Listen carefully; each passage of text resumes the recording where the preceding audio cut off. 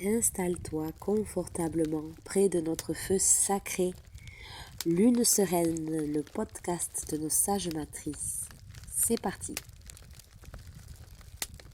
Je suis Pauline, je te souhaite la bienvenue dans notre podcast aux allures de tente rouge. Confiance en soi, intuition, changement de vie et féminin sacré sont au menu de notre podcast. Sur fond de mes expériences de vie dans la vallée de Calamuchita au fin fond de l'Argentine.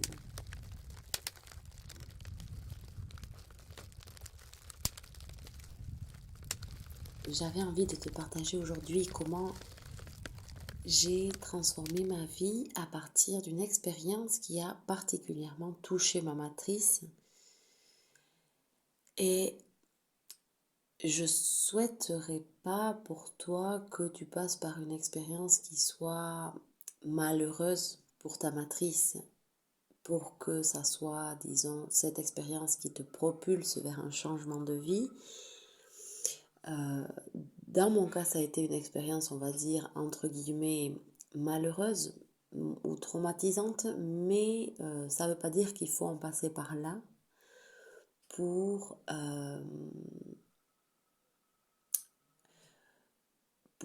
prendre conscience de certaines choses.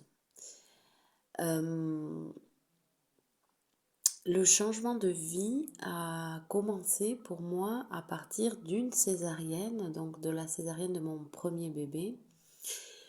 Et j'ai pas tellement d'entrée reconnu que cet événement allait me propulser vers des changements.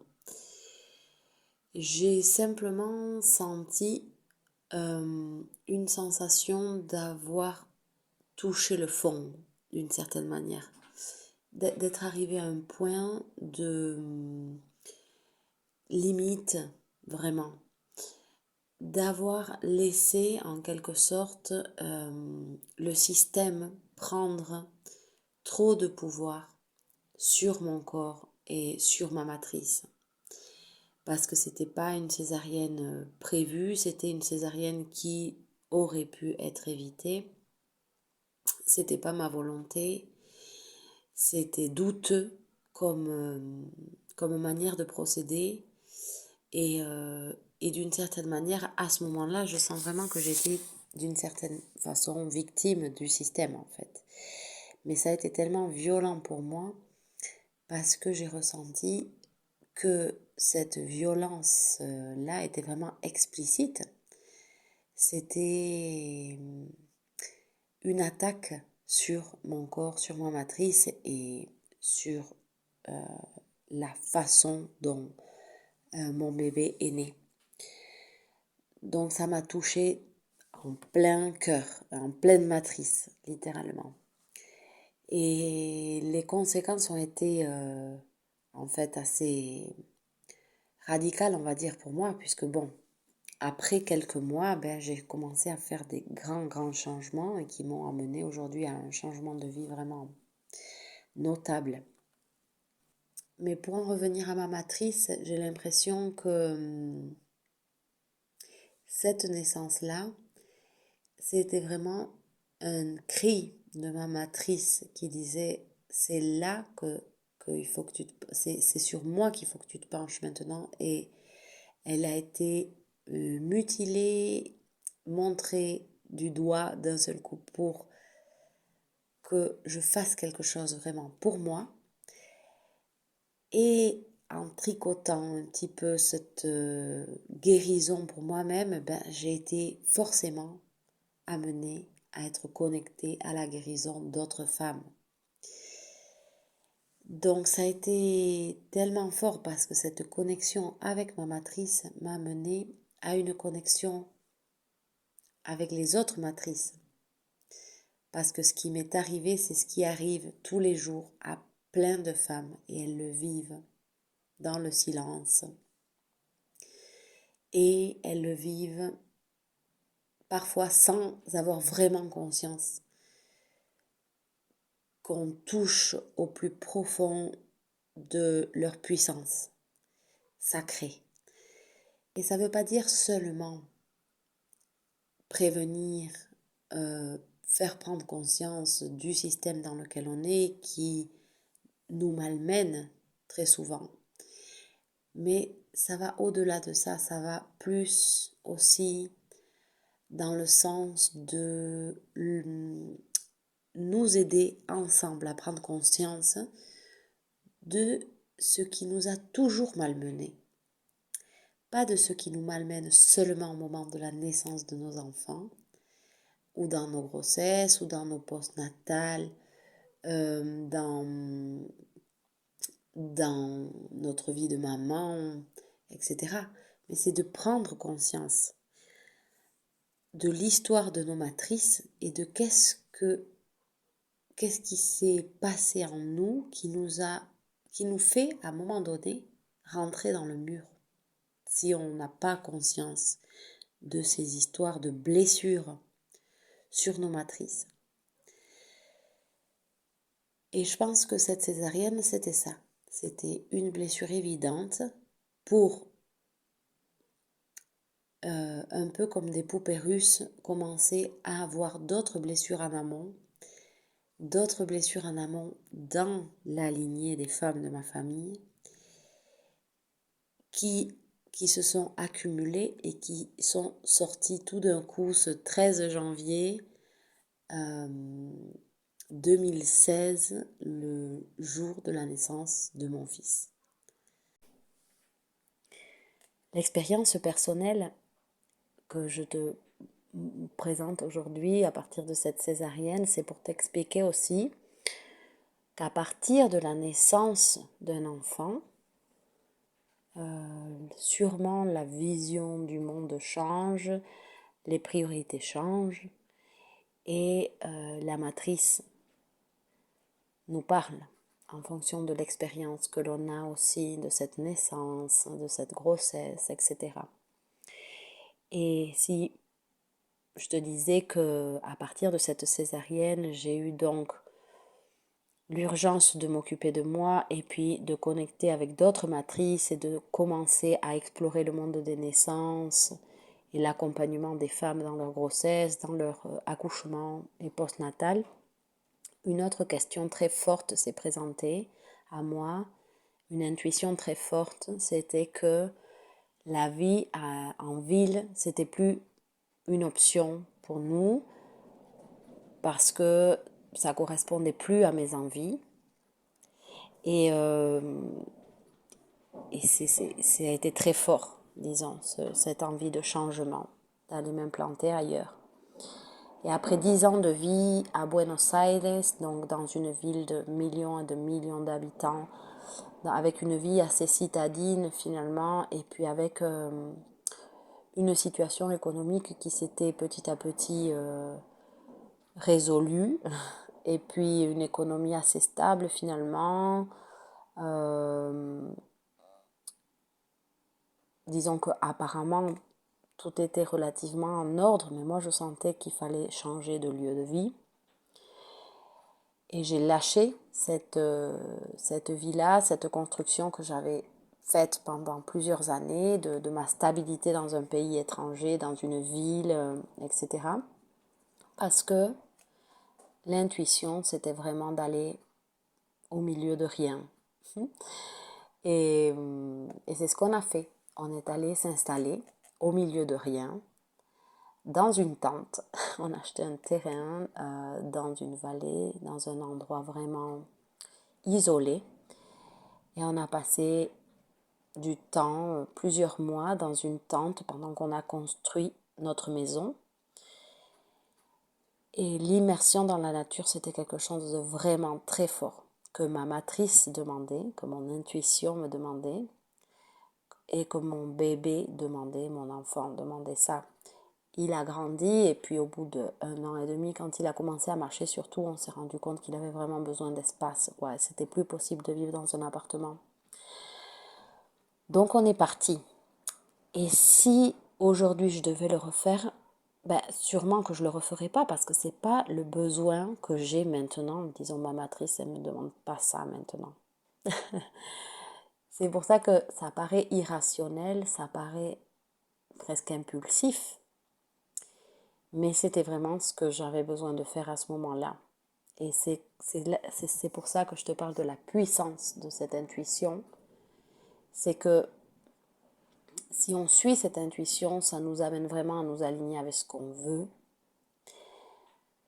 Et à ce moment-là, c'est ce que je voulais et c'est ce dont on avait besoin. Et j'ai conscience que c'est difficile de prendre ces décisions, des fois, de lâcher ce que l'on a établi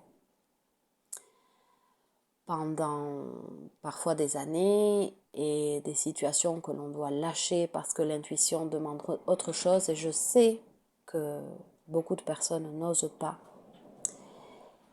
Mais c'est ce que j'essaye de transmettre, c'est que quand on ose, on a aussi beaucoup de récompenses.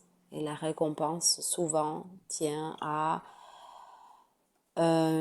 une vie plus en harmonie avec ce que l'on souhaite, une meilleure santé pour nos enfants, une meilleure santé pour nous-mêmes, et puis un équilibre nouveau qui se met en place.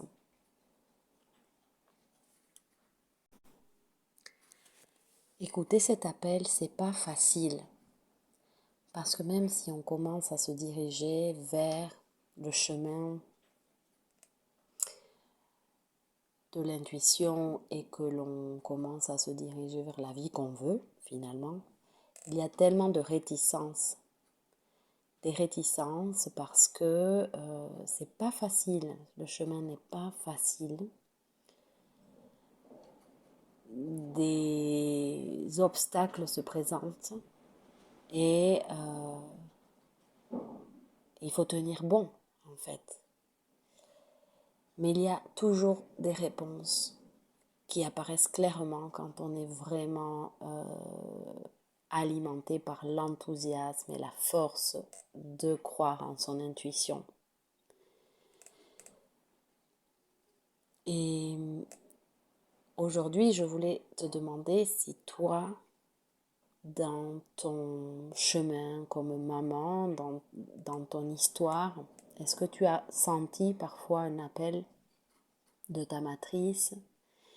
Est-ce que tu as suivi cet appel? Est-ce que parfois tu sens que ton intuition te demanderait de partir dans un sens et tu as peur de t'aventurer dans ce changement? Est-ce que tu sens aussi que des expériences de vie t'ont brisé, que ta matrice a été malmenée et que tu n'as pas encore su quoi faire de ces blessures et qu'elles reviennent souvent te hanter, te présenter des défis, voire éventuellement te faire souffrir.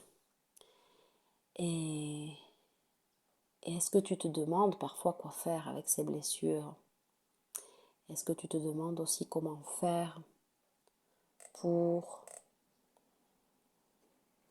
répondre à cette intuition et te lancer dans ce changement de vie que tu souhaites? Et qu'est-ce qui t'en empêche? Qu'est-ce qui t'en empêche? Est-ce que tu as entrepris de changer de vie, d'écouter ta matrice, et quels sont les obstacles que tu as rencontrés? Est-ce que tu as rencontré aussi du plaisir à écouter tes intuitions? Est-ce que les fois où tu as écouté ton intuition, tu t'es sentie plus puissante, portée par l'enthousiasme d'entreprendre vraiment un changement de vie qui correspondait vraiment à ce que tu voulais profondément? Ouais, c'est ça que je me demande aujourd'hui. Est-ce que j'aimerais vraiment pouvoir échanger avec toi?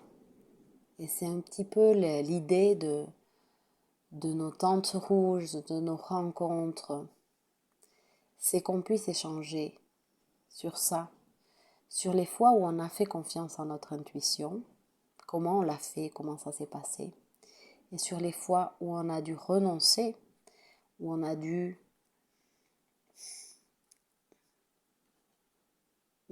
disons, mettre notre matrice dans la poche et supporter de ne pas l'écouter. Et parfois aussi, quand on a cette intuition, comment on peut mettre en place plein de choses pour pouvoir justement aller dans le sens de notre intuition. Le but aussi de nos tentes rouges, c'est qu'on puisse s'inspirer des unes et des autres et que on y croit à ce pouvoir de la matrice, qu'on apprenne à l'écouter, qu'on apprenne à la guérir ensemble et qu'on commence à changer les choses, qu'on commence à construire un monde qui est basé sur notre intuition, notre puissance sacrée, au-delà des obstacles de notre système, finalement. Au-delà de ce qui paraît a priori impossible à modifier et à changer. Et c'est pour ça qu'aujourd'hui, c'est ma mission, en fait, c'est de rendre visible ce qui n'est pas visible, forcément. Voir ce qui est malmené par notre système. C'est pour ça que je pense que dans un premier temps, reconnaître, entre guillemets, les éléments qui malmènent nos matrices dans nos vies, reconnaître, entre guillemets, l'ennemi, c'est déjà un premier pas. C'est pour ça que dans mes tentes rouges et dans mon travail en individuel avec les femmes avec qui je travaille, on parle avant tout de l'histoire de nos matrices et d'essayer dans ces histoires-là de reconnaître les moments où nos matrices ont été malmenées. Parfois dans des expériences de maternité, mais parfois avant, dans des relations difficiles, dans des adolescences difficiles, des enfances difficiles, des naissances difficiles, parce que n'oublions pas que nous venons nous-mêmes d'une matrice. Et l'histoire de la matrice, dans laquelle on a au début grandi, va forcément donner le ton un petit peu de l'histoire de notre propre matrice, en fait. Donc, je pense que le travail sur nous-mêmes pour vivre plus en axe avec nos valeurs, avec nos rythmes naturels, etc., passe par un travail sur nos blessures, les blessures de nos matrices. Et ces blessures-là, de les partager. Parce que dans le regard bienveillant d'une autre femme qui a vécu la même chose, dans l'empathie que l'on va retrouver dans ce regard, dans cette oreille attentive, on va trouver plein de force pour guérir de nos blessures et pour prendre le chemin d'une vie plus épanouie. Pour conclure, je voulais te dire que c'est pas obligé, bien sûr, de passer par une expérience malheureuse sur nos matrices pour initier un changement de vie. Je voulais simplement te partager aujourd'hui qu'à partir d'une césarienne et de ce qui, pendant longtemps pour moi, a été une blessure vraiment difficile, aujourd'hui, je comprends que ça a été le point de départ d'un grand changement pour moi. Mais bien sûr, la connexion avec la matrice, plus tôt on l'a fait et plus on éduque aussi nos filles à se connecter à leur matrice et plus on aura de chances d'avoir une communauté de femmes en harmonie vraiment avec leurs désirs, avec leur chemin de vie. Et c'est tout là l'intérêt de nos rencontres, de ces rencontres que j'organise régulièrement. C'est que ensemble on construise cette nouvelle communauté, que tu aies un espace au pouvoir déverser tout ce qui te pèse, tout ce qui pèse à ta matrice. Et que tu aies un espace où tu retrouves des personnes, des femmes qui, comme toi, sont convaincues que en étant plus bienveillantes les unes envers les autres et puis envers nous-mêmes, et en cherchant vraiment au fond de nous-mêmes, on trouve les outils pour avoir une vie plus cohérente, disons, avec ce dont, avec avec nos rêves, avec nos désirs, qu'on ait des vies plus épanouies, qu'on soit en meilleure santé, qu'on soit moins stressé, qu'on ait la vie qu'on rêve, la vie qu'on aimerait avoir, qu'on puisse enfin la concrétiser. C'est pour ça que je t'attends dans ces rencontres, et puis je t'attends aussi, pourquoi pas, dans des séances individuelles pour trouver ton chemin vers ta vie, ta propre vie, la vie qui t'attend. C'est pour ça que je te dis à très bientôt, j'espère.